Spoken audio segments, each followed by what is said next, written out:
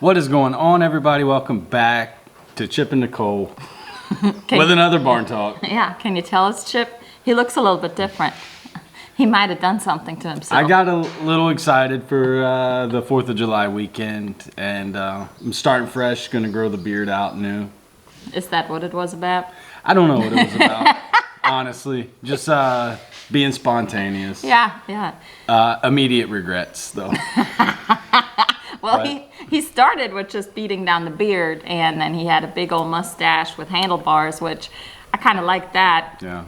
He got annoyed with that really quick. Yeah, it's just I don't like. I'm very low maintenance when it comes to hair and beard and whatnot, and I just can't see myself waxing a handlebar mustache every day. So it was fun for a day. Will you leave her alone? Well, she won't leave me alone, but it's he can now walk down the street incognito and nobody will recognize him. So no. He looks different. Yeah, she's trying to hold my hand. Well, just leave her alone. Poor baby. Piper is with us today in the barn. She's probably got days left before she pops with her next... Maybe not even. With her next litter of puppies. She's due any day. She's as big as a house. She's got her milk in, and we're excited. This is her last litter. This is her last litter. Yeah, so if you need Anatolian Pyrenees... Let us know. This is your opportunity. This is the last one from us. After this, we're not doing it again. And she's such a great mom. She is. She's amazing. She's a really good mom. And she's just like, she's herself right now. She's just here laying in the barn on the cold floor. And she just wants to hold hands. That's what she wants to do. Yeah. And she won't leave me alone. So when I pull my hand back, she's right up here. Anatolians. Pawing at me. Anatolians are very, I'm sorry, not Anatolians. Pyrenees, Great Pyrenees are very touchy. They like to paw at you and to get your attention. And she's not a big eater. No, she's a great dog. She's an amazing dog. And I just came across pictures and videos of her as a baby the other day. Yeah. Amber and I went down memory lane. Like, oh, look how cute she was. She's definitely the sweetest dog that we have. Yeah, for sure. Speaking of which, we've had our Anatolians and our Great Pyrenees almost ever since we got here, and this week we found 2 predators dead in the pasture. So this is our first time actually finding them. The first we found a rat snake, probably 3 or 4 foot. It was longer than that, I think. It was not longer than 4 feet. I'm exaggerating. It seemed like it was like a 10-foot snake to me. It was probably 3.5 feet long. Rat snake laying under the lean-to with the goats. Picked it up and looked at it, and it just had teeth marks all up and down it. Will you please leave her alone? She won't leave me alone. She will leave you alone. There's her paw. But it had teeth marks all up and down it, so might be stealing eggs from us. I don't know. It wasn't a venomous snake, so it wasn't going to kill anything, but it could be stealing our chicken eggs. Could be. Who knows? And the dogs do not care. If you don't belong in our pasture, you don't get to stay. You don't get to live, apparently. And this morning, I was walking around doing checks on everybody. And it scared me at first because I just saw something dead, something furry dead laying in the pasture, and my immediate thought was it was one of our goat kids. But then I went to check on it, and it was a big fat possum, and it was over by Zachary's Tolbent chickens. So, and possums I don't think are really known to attack chickens, but they do eat eggs too. So well, they like to eat the chickens too. I'm not sure. They do. We'll discuss that. We're not gonna back and forth about it. Maybe I'll Google it. I don't think they're known for killing chickens, but anyways, same rules apply. If you don't belong here, you don't get to live here. And I don't know which one got them. It was probably a team effort.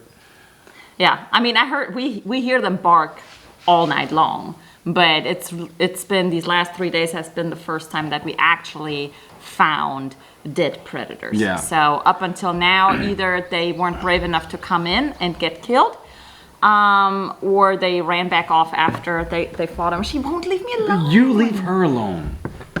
They've always been really good at deterring predators.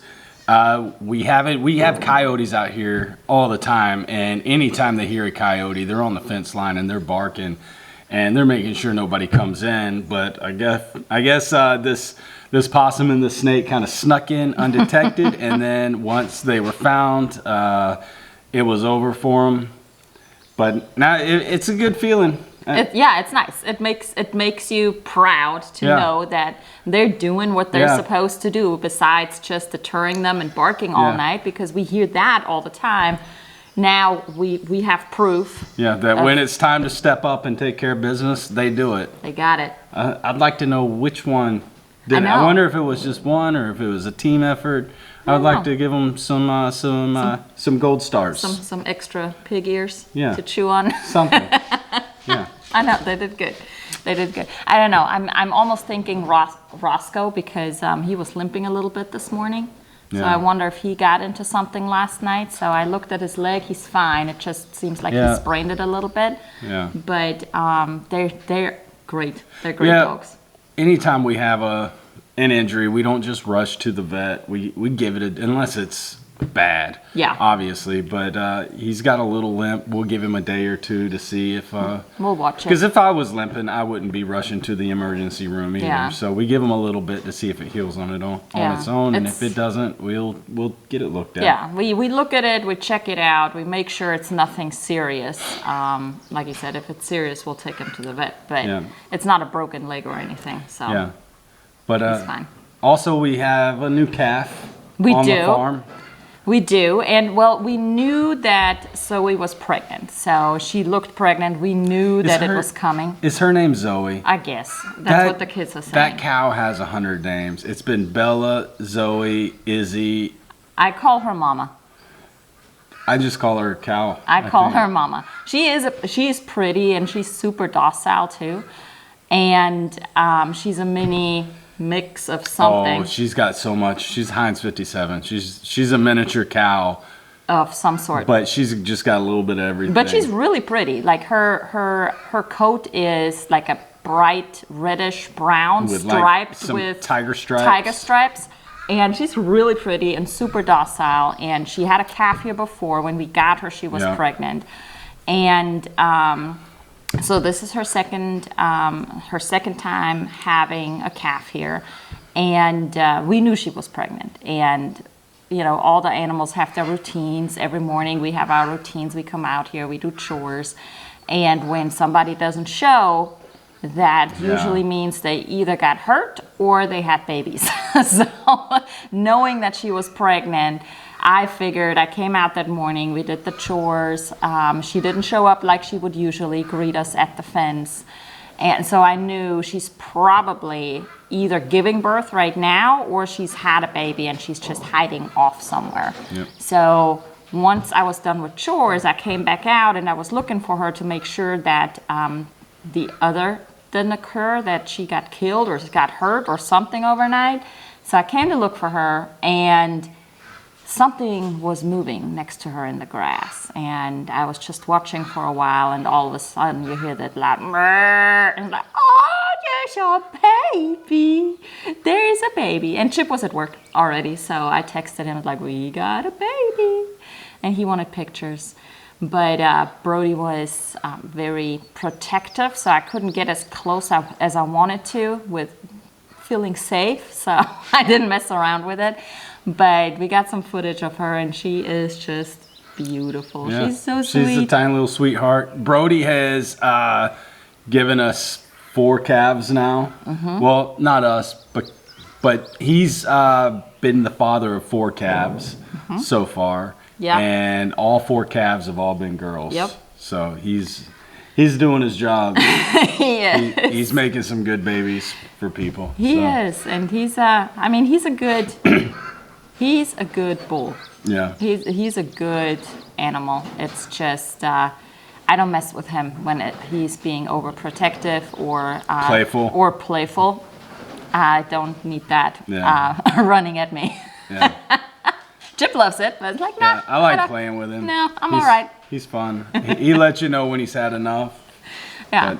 I keep my safe distance from him unless he's when he's chill, then I'll go and I'll give him some love and things like that. And it's not like he's mean. He's a friendly cow, friendly bull.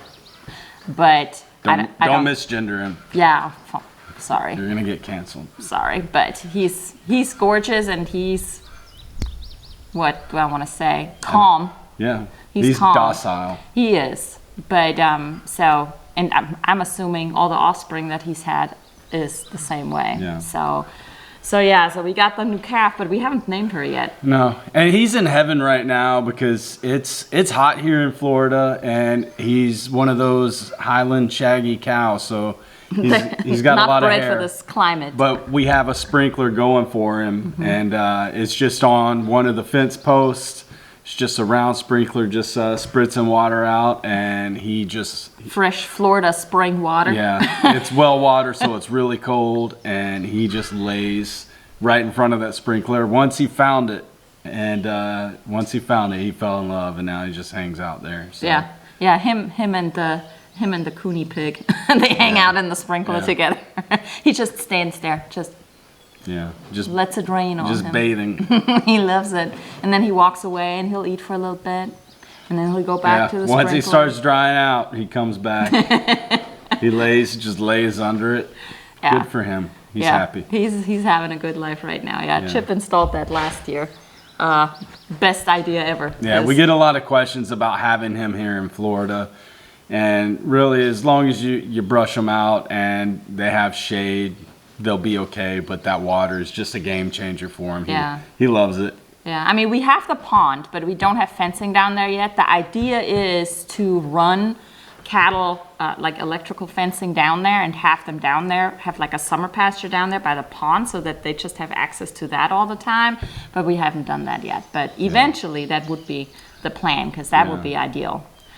Because they'll have shade, they'll have feed, and they'll have fresh water all the time. So hopefully we'll be able to get to that, maybe not this summer. Yeah, so we brought the cows off of the side pasture and brought them up to the north because I seeded out the north and it was blowing up and it was almost waist high. It was waist high in some spots. So we put the cows on that to let them eat that down. And when we did that, we decided to let the goats out today and put them where the cows were, because there's some kind of weed growing in there that the cows just don't like, and it's kind of taking over down there. So we put the cats. We put the goats into that pasture. So hopefully the goats will beat down whatever weed that is. Yeah, it looks like they're eating on it. Of course, the first thing they're doing is attacking the trees and eating down the leaves and the shrubs. Eating every leaf that they can reach. But there are plenty of weeds out there for them to chow down on, and the donkeys are out there. So they were happy to get out on some green pasture out there. And that'll give the south pasture some rest and hopefully get some weeds growing down there. Well, we don't have grass growing, but there's weeds growing. I need to go through while they're out, grab the chainsaw and just drop trees. Yeah. And then we can let them back and they can eat the leaves off of the trees. Yeah, that's his plan right now, is not just dropping 20 trees at a time, but drop a tree, let them eat it down, drop another tree, let them eat it down. So it's you don't realize how important removing trees are for pasture. If the sunlight can't get to the ground, then you are just not going to grow anything.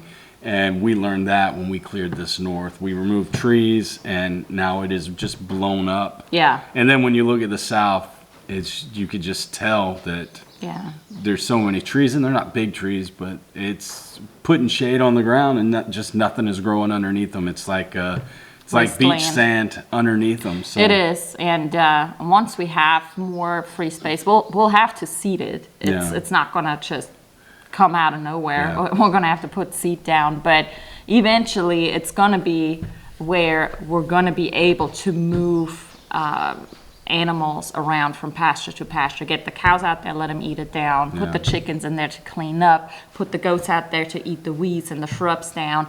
And then we can just have that constant rotation, because we can. The pasture paddocks are all about 1.5 acres, 2 acres big each. Yeah. And that when that is grown up, that will last a while. They'll eat it down for a while. And then by the time the cows are through, the chickens can come, and then the rest, and spread everything out and clean it up. And while they're out there for a month here, before they move over here, that has time to grow back up and come back. So eventually we'll get there. And the more we can do that, the less hay and feed we got to bring in. So that's the overall goal, is try to get there. Yep. We'll always have to probably buy hay. What do you think? In the wintertime. Yeah. I would like to get to a place where we're not buying hay in the summer. Yeah. And that is going to be by making sure that we have grass and we can rotate grazing options for them. Yeah. So they don't just mow everything down and nibble at it as it comes up. Yeah, but we'll also have to build additional shelters. Yeah. We got watering points everywhere, which is nice, but we will have to build additional shelters just for the stray bad weather that comes through. And really for the goats, because the cows don't care about shelter. They will stand out in the rain. They'll stand against a tree if it gets too bad. Yeah, I mean, and really, if you think about places with hundreds of cattle, they don't put up huge structures for cows to get out of the rain. Cows are but goats, that's for sure. True. Goats cannot stand the rain, and it would probably kill them from the stress of being in the rain. Yeah. Goats need to get out of the rain. Cows, we can have a huge thunderstorm and you look out the window and especially the cows Brody. are just in the rain eating. Oh, Brody loves it. That's like his kind of weather. He loves it. But like even in the new pasture that we built, it incorporates our previous pig pasture down there. So it has a structure in there. It's nothing fancy. It's a little hoop house, but it'll do. They would find it. They found it before. We found the cows in there before. So they've definitely, they know where it's at if they need it. Yeah.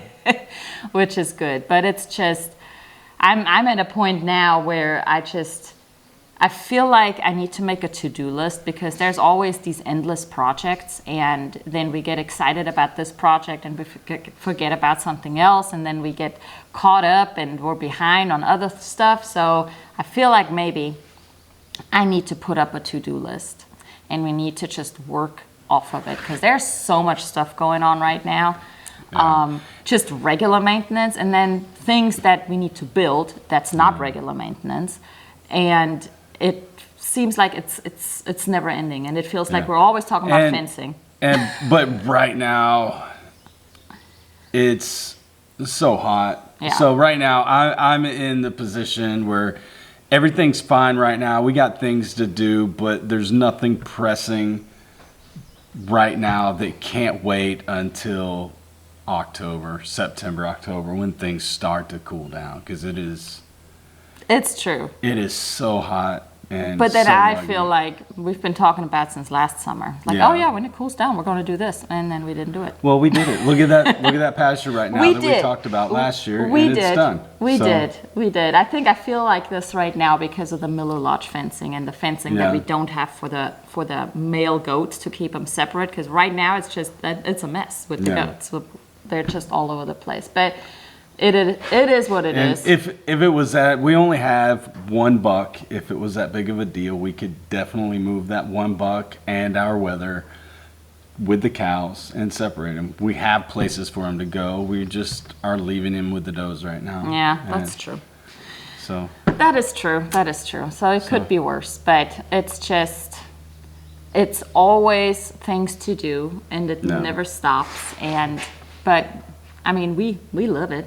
We do. We love it. We do our chores. We love the animals out here. The garden is fun to watch right now because it's in full bloom. Nicole's got sunflowers popping up. I know. I was so excited. I sat on the front porch yesterday after taking a break, right? I'm sitting on the front porch having my water, and I look, and there's a big old sunflower head, and I got so excited. She took off running. I thought the goats were out of the fence and in the garden. She just screamed. She grabbed her camera and she took off for the garden. I was like, "Oh my gosh!" What is it?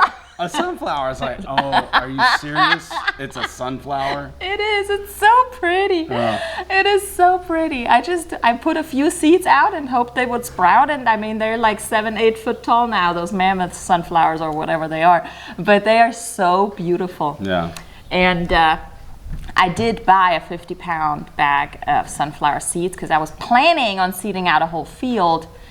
However, the bag's still in the garage. it didn't happen. So I guess I could still seed them out. They would still be fine right now and growing, but I haven't done that. So, oh well, there's another project I haven't done. Yeah. Well, we're going to get back to our 4th of July weekend and celebrate America's independence. I hope that as you're watching this, you have all of the fingers that you had before the 4th of July weekend. And we'll see you guys next time. Let me know what you think about the beard.